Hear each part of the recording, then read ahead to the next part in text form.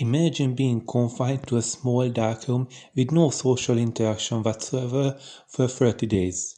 Not many people will jump at this opportunity, but in November 2018, a professional US poker player, Rich Alati, bet 100,000 US dollars that he could survive 30 days alone and in total darkness. He was kept in a small, completely dark room with nothing but a bed, fridge, and bathroom. Even with all the resources he needed to survive, Alati couldn't last a month. After 20 days, he negotiated his release, taking a payout of 62,400 US dollars. There are countless negative effects that social isolation and extreme isolation can have on our minds and bodies. Alati was no exception, reporting that he experienced a range of side effects, including changes to his sleep cycle and hallucinations.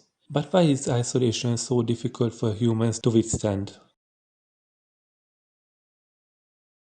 One of the reasons that living in isolation is difficult is because humans are social creatures. Many people that have lived in isolated environments, such as researchers stationed in Antarctica, report that loneliness can be the most difficult part of the job.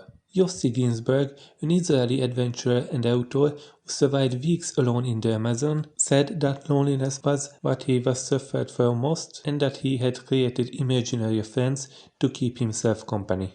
Loneliness can be damaging to both our mental and physical health. Socially isolated people are less able to deal with stressful situations. They are also more likely to feel depressed and may have problems processing information. This can lead to difficulties with decision making and memory storage and recall. People who are lonely are also more susceptible to illness. Researchers found that lonely persons' immune system responds differently to fighting viruses, making them more likely to develop an illness. The impacts of social isolation become worse when people are placed in physically isolating environments. For example, solitary confinement can have negative psychological effects on prisoners, including significant increases in anxiety and panic attacks, increased levels of paranoia, and being less able to think clearly.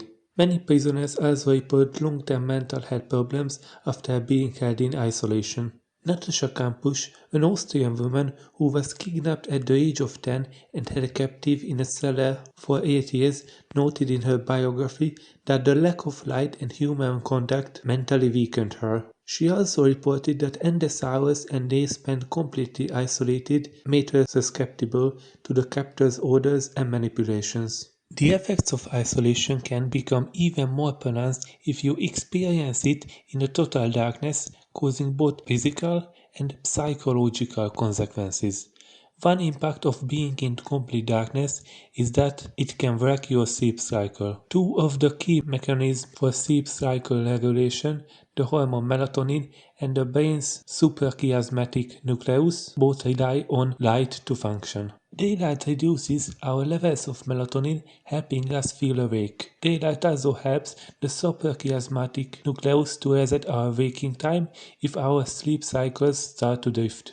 Without daylight, our 24-hour circadian rhythm can change. This explains why people exploring cave systems, for example, may find that their sleep-wake cycle becomes disrupted. This means that the time they feel like going to sleep doesn't stay in a regular pattern and can shift each day. Disruptions to our circadian rhythm can also make us feel depressed and fatigued. This has also been linked to increased cancer risk, insulin resistance, and heart disease, as well as other psychical problems such as obesity and premature aging. Some people who have been held in social isolation against their will may develop long-term mental health conditions such as post-traumatic stress disorder (PTSD). Researchers at the University of Queensland in Australia have also found that older adults who take part in social groups such as book clubs or church groups have a lower risk of death. The team tracked the health of 424 people for 6 years after they had retired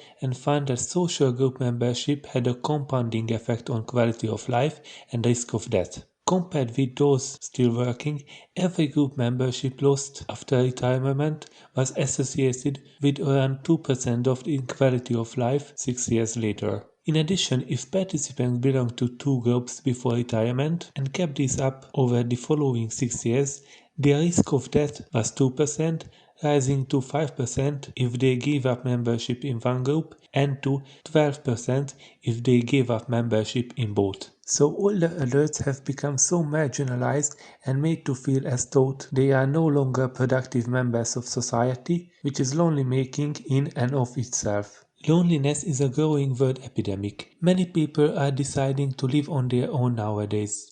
Neighborly relationships in big cities have become tense and exclusionary. Businesses are selling human interaction by the hour.